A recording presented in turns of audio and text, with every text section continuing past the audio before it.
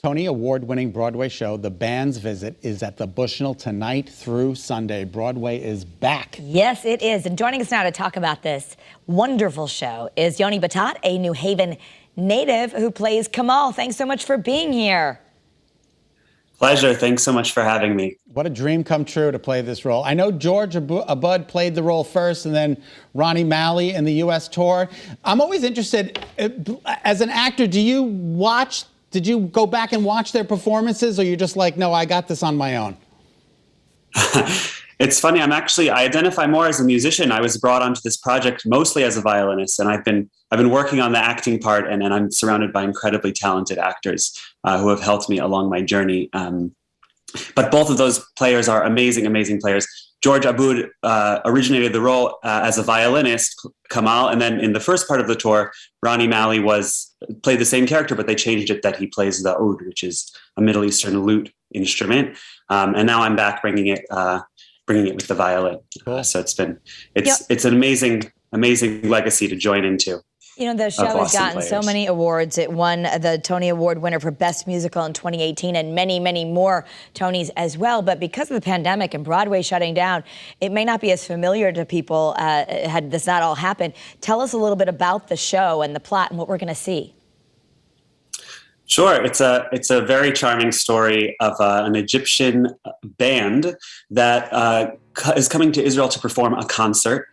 And along the way, they get lost in the airport. They end up going to the wrong town because of a mix-up with the name, and they're lost. They're confused, and they get taken in by the Israelis in the town.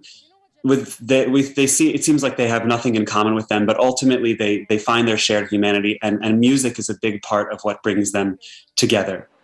If people are hesitant and say, I may not know this one as opposed to like a chorus line or Fiddler on the Roof, this is one of 4 musicals in Broadway history to win the unofficial Big Six.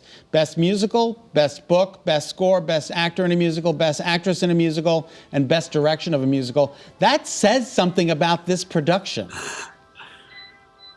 It's very special. It's really an unusual musical. There's nothing like it. It features Middle Eastern style music. It tells a really genuine and beautiful story, and it does it in a way that is so disarming. You're laughing along the way, and then before you know it, you're crying by the end, and you don't know why. But it's the most beautiful story, and it was so deserving of all the awards it got. What's it like for you to be back in your hometown, so to speak?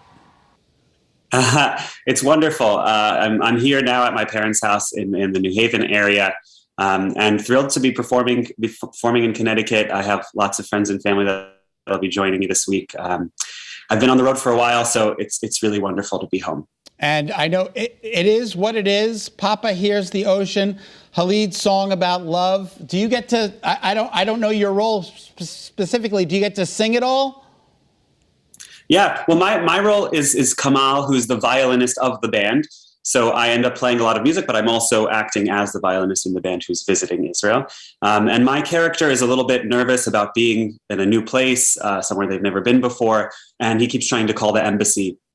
I have a few small sung moments, but mostly I have some big violin solos, which are the parts that I get most excited about for the show. That's fantastic. I mean, because you grew up here, people are going to know, how did you get to where you are? Like, where did you train? Or did you have this interest in violin when you were young? Yeah, I've been playing violin since I was 4. Suzuki method and also improvising, playing a lot of Jewish music. My family is half Ashkenazi Jewish and half Iraqi Jewish. And so in recent years, I've been involving myself more in Arabic music and Arabic violin, Middle Eastern music. And so this show really combines a lot of the very, very specific skills that I'm really, really interested in. Arabic music, singing, and acting is the new thing that I'm really excited to be working on and bringing to the stage. I love the line where the guy, there's only one phone in town, and the guy won't let anybody else use the phone because he's waiting for his girlfriend to call, who hasn't called him in months. Right. Yeah, totally. And actually those are my big scenes. I'm the one who wants to use the phone.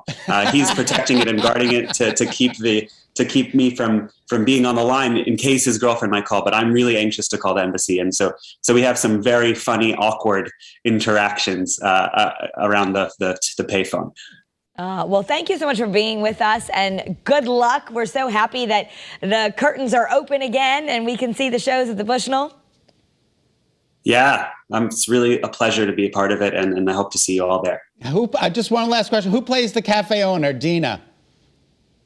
It's a woman named Janet DeCal. She's wonderful. It's really immense talent brought on here. And actually the other lead, the character of Tufik, who's the conductor of the orchestra, is being played by Sason Gabay, who originally did the role in the movie, which came out in 2007. So he's a big star on Israeli television, and it's really been an honor to work with him as well. It's been an honor to have you on our show, and we wish you great success. The Bushnell. It's at the Bushnell. How exciting. It's just exciting to see shows at the Bushnell again. Thank you so much for being with us. The band's visit is at the Bushnell tonight through Sunday. So for more information or to go buy tickets and just get out and enjoy the theater again, you can go to bushnell.org.